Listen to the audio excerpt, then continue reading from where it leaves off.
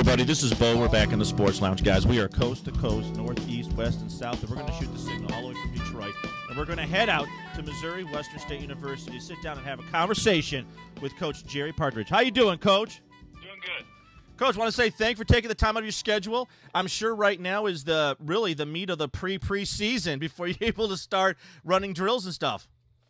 Well, I mean, we just got done with spring football, and today is the last day of classes, so we have finals ahead. So right now it's just more of, getting yourself ready for summer conditioning, and we're trying to actually do a summer film exchange with our first opponent next year, and just kind of trying to end the semester and get ready to go.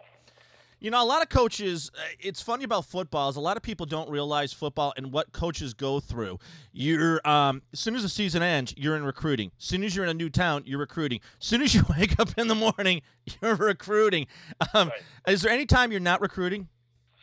Well, at the Division II level, it's such a different timeline. Division I's already cranking out, and the juniors and are kind of offering. I'm not sure how they're offering because you're not supposed to make phone calls, but email and talking to coaches and those type of things. But we kind of wait around a while. We'll kind of do a little bit of summer recruit, just a little bit, kind of drop a line to a couple local kids we like a lot. And, through the fall, we'll call some of the more local interest big stars. But for the most part, the kids we want and we're going to want come next winter are the ones that the Division I's are recruiting now, the ones that think they're getting recruited by Big 10 schools or Big 12 schools, or even the smaller schools, that the 1AA's, and I think 1AA does it pretty similar. So, but you're right, we're always working on it. I mean, we go to a spring fair in Kansas City, we go to one in St. Louis, we go to one in Topeka, the close by big cities, and we'll start recruiting pretty hard. And like when the season gets over, it's pretty much 24/7 until about the middle of February. And we've been able to get ours wrapped up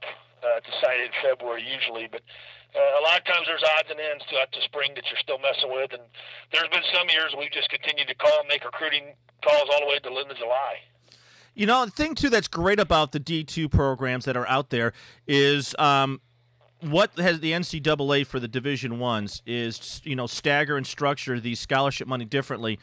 And the fact that a lot of D2 schools, I would guess venture 20 years ago, it wasn't known, that you guys actually have a pretty good academic department. You guys actually pump out doctors, lawyers, all the top-notch players the D1s do. And I think what's happening now over the last 20 years is a lot of parents are becoming more educated, and the students themselves are looking at other options. In a D1 program, no hit against them, they are a machine. If you're going to play football, you're either going to sit on the bench 4 years and get beat up, or you're going to play sporadically on your program, and you're going to be a small